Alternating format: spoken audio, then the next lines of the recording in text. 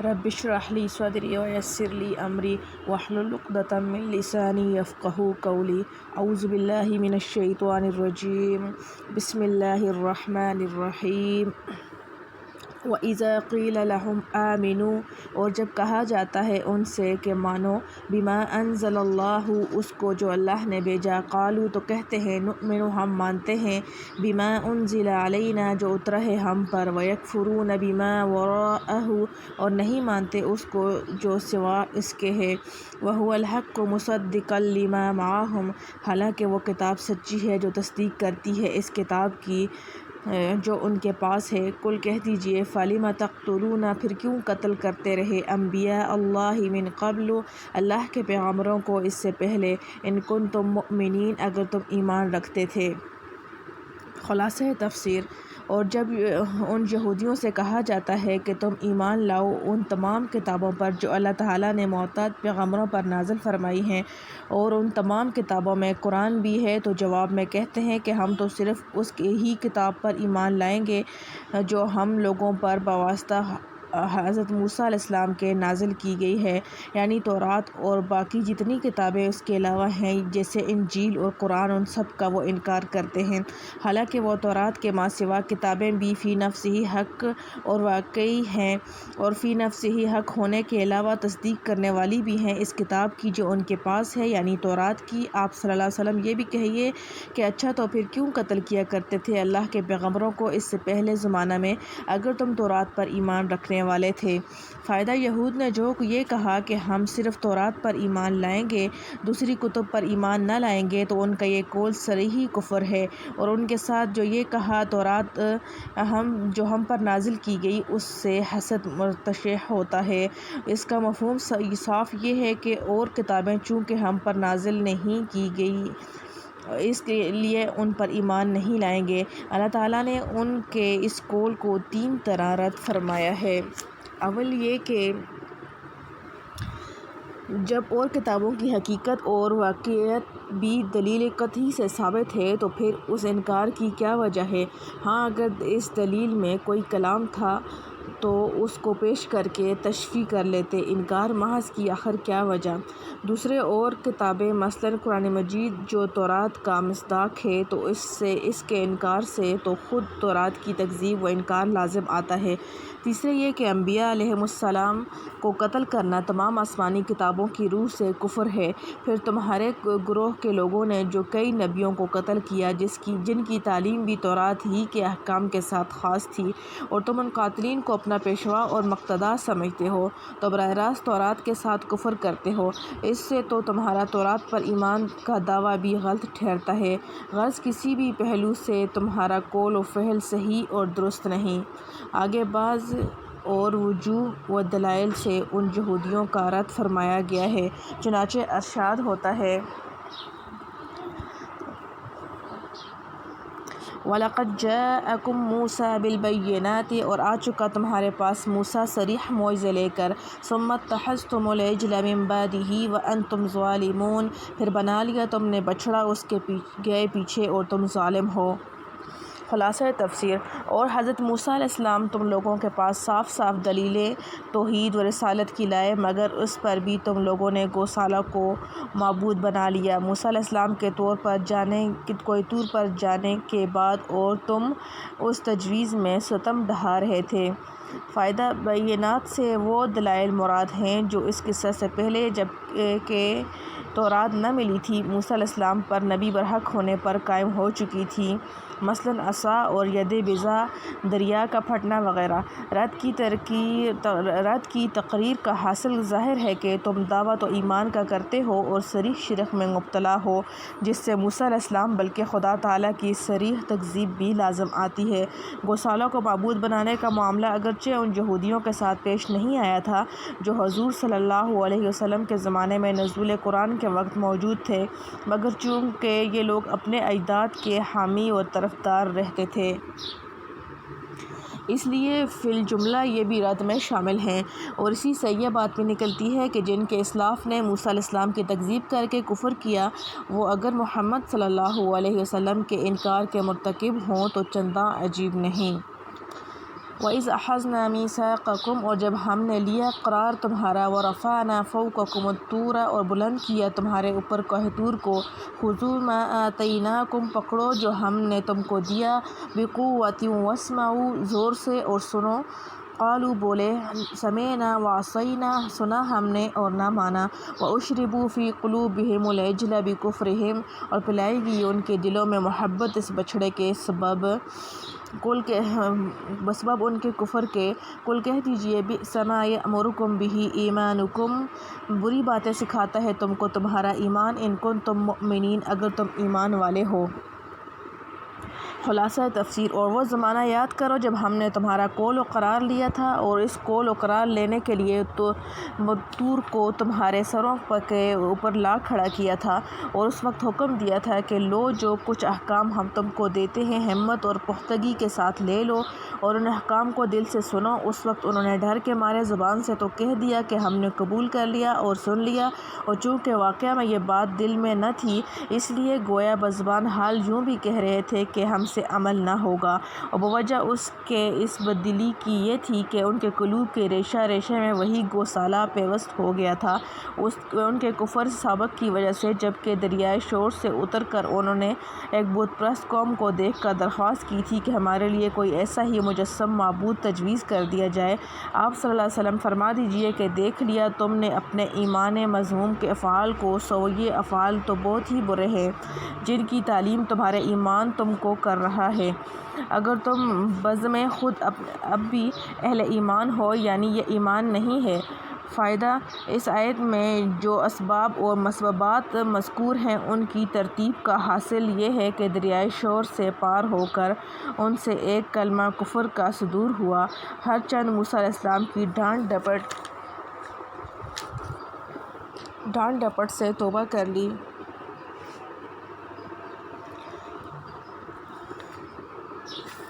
لیکن توبہ کے مراتب بھی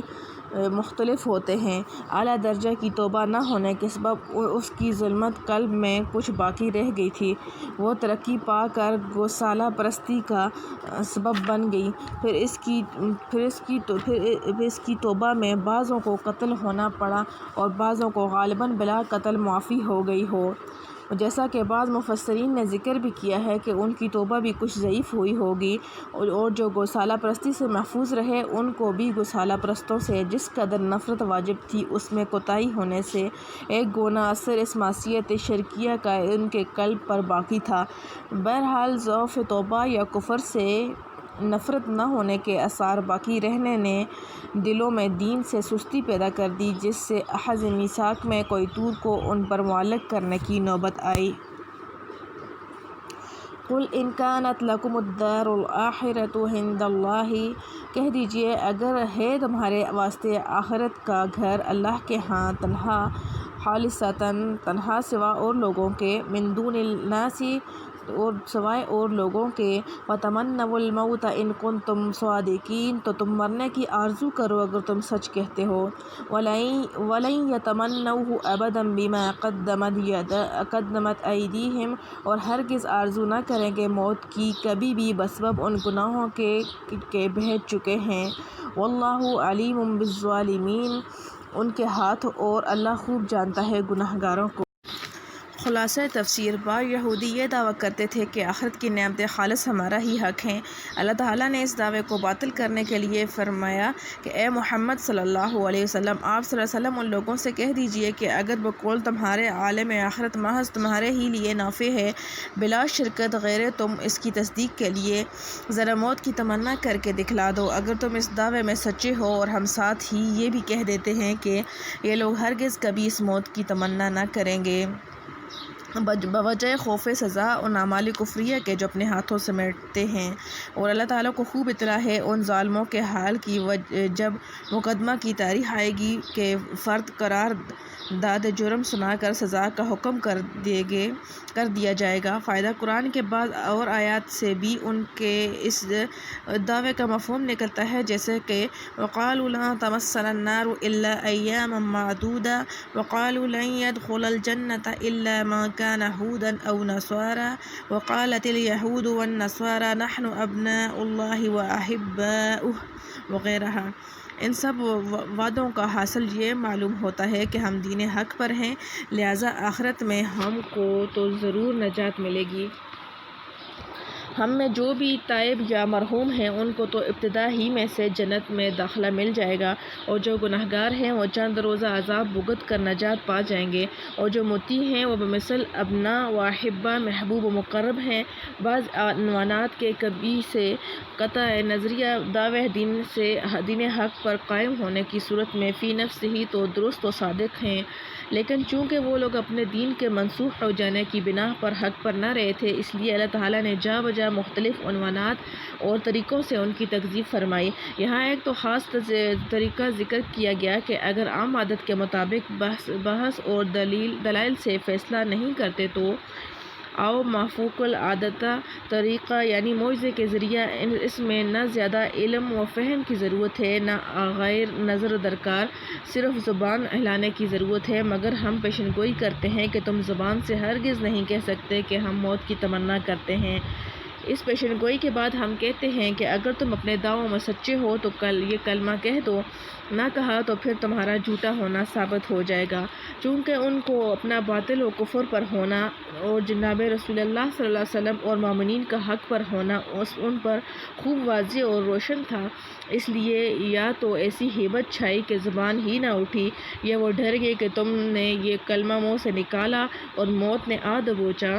اور پھر سیدھے جہنم رسید ہوئے، ورنہ ان کو حضور صلی اللہ علیہ وسلم سے جو عداوت و دشمنی تھی اس کے پیش نظر تو ان کو یہ سن کر جوش آ جانا چاہیے تھا اور وہ یہ کلمات ضرور کہہ دینے چاہیے تھے۔ در حقیقت اسلام کی حقانیت کے ثبوت کے لیے یہ واقعہ بہت کافی ہے۔ یہاں دو باتیں اور قابل ذکر ہیں۔ اول تو یہ کہ استدلال ان یہودیوں کے ساتھ تھا جو نبی کریم صلی اللہ علیہ وسلم کے زمانے میں موجود تھے اور جنہوں نے آپ صلی اللہ علیہ وسلم کو نبی پہچاننے کے بعد عناد و عداوت کی بنا پر آپ صلی اللہ علیہ وسلم کا انکار کیا۔ ہر زمانے کے یہود سے یہ خطاب نہیں۔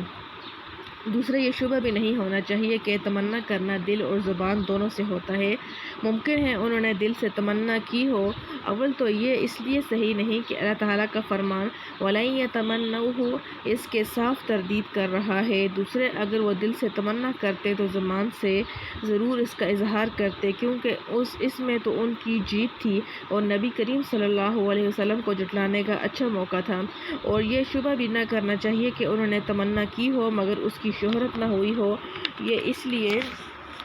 صحیح نہیں کہ اسلام کے ہمدرد و مومنین کی تعداد کے مقابلہ میں معاندین و مخالفین کی تعداد ہمیشہ زیادہ رہی۔ اگر ایسی بات ہوئی ہوتی تو خود اس کو خوب اچھالتے کہ دیکھ لو تم نے جو معیار حق و صداقت مقرر کیا تھا اس پر بھی ہم پورے اترے۔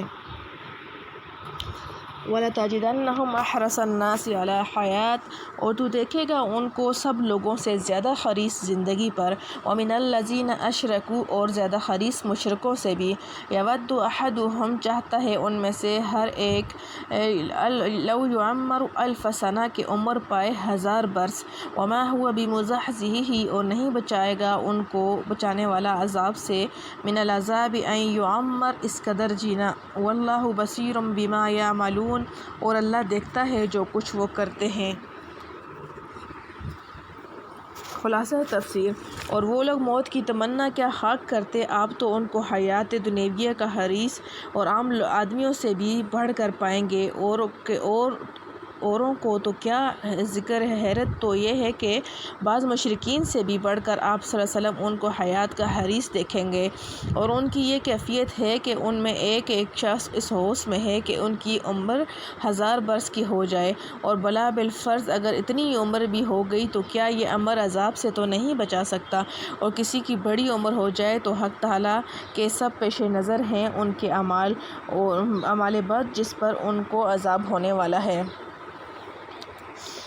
فائدہ اس میں حیرت و استعباد کی وجہ یہ ہے کہ مشرکین عرب تو آخرت کے منکر تھے، ان کی بہار اور عیش تو جو کچھ ہے دنیا ہی ہے، اس لیے اگر وہ طول عمر کی تمنا کریں تو چندہ عجیب نہیں، مگر یہود تو آخرت کے قائل اور بزعم خود آخرت کی نعمتوں کا اپنے آپ ہی کو مستحق کہتے تھے، پھر بھی وہ دنیا میں رہنے کی تمنا کریں، یہ ہے حیرت اور تعجب کی بات۔ بس باوجود اعتقاد آخرت کے طول عمر کا تمنا کرنا اس بات کی دلیل ہے کہ نعمت اخروی کا اپنے آپ کو مستحق سمجھنے کا دعویٰ صرف دعویٰ ہی ہے۔ حقیقت جو ہے اس کو یہ بھی جانتے ہیں کہ وہاں یہ پہنچ کر جہنم ہی کا ٹھکانہ بنے گا، اس لیے جب تک بچے رہیں تب تک ہی صحیح۔ قُلْ مَنْ كَانَ عَدُوًّا لِجِبْرِيلَ تو کہہ دیجئے جو کوئی ہوئے دشمن جبرائیل کا، فَإِنَّهُ نَزَّلَهُ تو اس نے تو اتارا ہے یہ کلام عَلَىٰ قَلْبِكَ تیرے دل پر بِإِذْنِ اللہِ اللہ کے حکم سے، مُصَدِّقًا لِمَا بَيْنَ يَدَيْهِ سچا بتلانے والا ہے اس کلام کو، وَهُدًى وَبُشْرَىٰ لِلْمُؤْمِنِينَ جو اس سے پہلے ہے اور راہ دکھلاتا ہے اور خوشخبری سناتا ہے ایمان والوں کو۔ مَنْ كَانَ عَدُوًّا لِلَّهِ وَمَلَائِكَتِهِ جو کوئی ہوئے دشمن اللہ کا اور اس کے فرشتوں کا، وَرُسُلِهِ اور اس کے پیغمبروں کا، وَجِبْرِيلَ وَمِيكَالَ اور جبرائیل اور میکائیل کا، فَإِنَّ اللَّهَ عَدُوٌّ لِلْكَافِرِينَ تو اللہ دشمن ہے ان کافروں کا۔ خلاصہ تفسیر بعض یہود نے حضور صلی اللہ علیہ وسلم سے یہ سن کر جبرائیل علیہ السلام کے وحی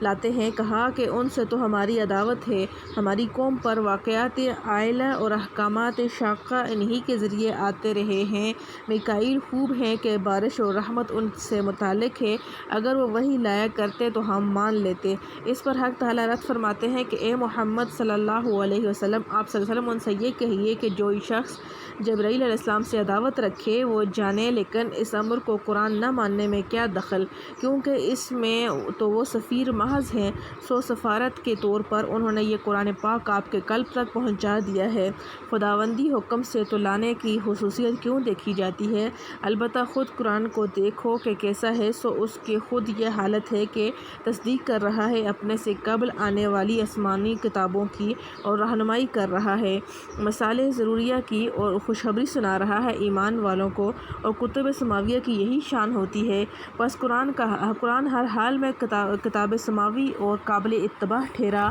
پھر جبرائیل علیہ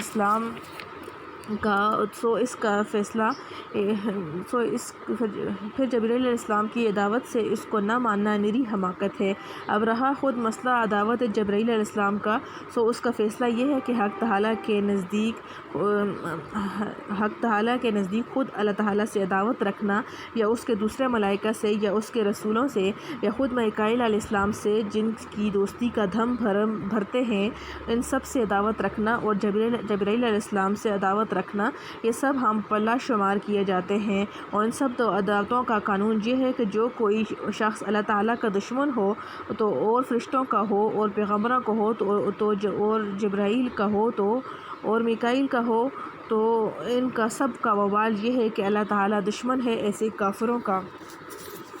وَلَقَدْ أَنزَلْنَا إِلَيْكَ آيَاتٍ بَيِّنَاتٍ اور ہم نے اتاری تیری طرف آیتیں روشن، وَمَا يَكْفُرُ بِهَا إِلَّا الْفَاسِقُونَ اور انکار نہ کریں گے ان کا مگر وہی جو نافرمان ہیں۔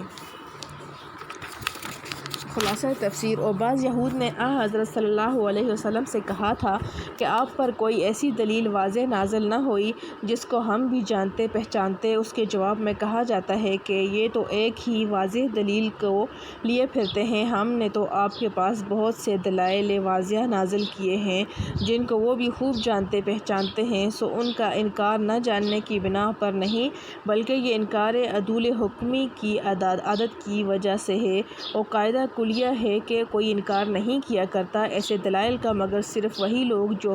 عدول حکمی کے عادی ہیں۔ أَوَكُلَّمَا عَاهَدُوا عَهْدًا نَبَذَهُ فَرِيقٌ مِّنْهُمْ کیا جب کبھی باندھیں گے کوئی قرار تو پھینک دے گی ایک جماعت اس کو ان میں سے، بل اکثرهم لا يؤمنون بلکہ ان میں اکثر یقین نہیں کرتے۔ خلاصہ تفسیر بعض یہود کو جو عہد یاد دلایا گیا تو جو ان سے رسول اللہ صلی اللہ علیہ وسلم پر ایمان لانے کے باب میں تورات میں لیا گیا تھا، تو انہوں نے خود عہد لینے سے صاف انکار کر دیا۔ اس کے متعلق ارشاد ہوتا ہے کہ کیا اس عہد لینے سے ان کو انکار ہے، اور ان کی یہ حالت ہے کہ انہوں نے اپنے مسلم عہدوں کو بھی کبھی پورا نہیں کیا، بلکہ جب کبھی بھی ان لوگوں نے دین کے متعلق کوئی عہد کیا ہوگا ضرور ان کو ان میں سے کسی نہ کسی فریق نے نظر انداز کر دیا ہوگا، بلکہ اس تعمیل عہد نہ کرنے والوں میں زیادہ تو ایسے ہی نکلیں گے جو سرے سے اس عہد کا یقین ہی نہیں رکھتے۔ سو تعمیل نہ کرنا تو فسق تھا، یہ یقین نہ کرنا اس سے بڑھ کر کفر ہے۔ فائدہ یہ اور ایک جماعت کی تخصیص اس لیے کی گئی کہ بعض ان میں کہ ان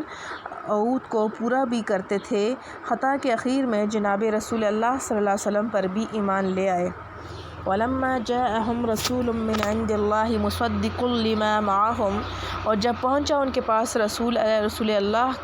اللہ کی طرف سے تصدیق کرنے والا اس کتاب کی جو ان کے پاس ہے، نَبَذَ فَرِيقٌ مِّنَ الَّذِينَ، تو پھینک دیا ایک جماعت نے، اوتوا الکتاب، اہل کتاب میں سے، کتاب اللہ وراء ظہورہم، کتاب اللہ کو اپنی پیٹھ کے پیچھے، وَكَأَنَّهُمْ لَا يَعْلَمُونَ، گویا وہ جانتے ہی نہیں۔ خلاصہ تفسیر، اس آیت میں ایک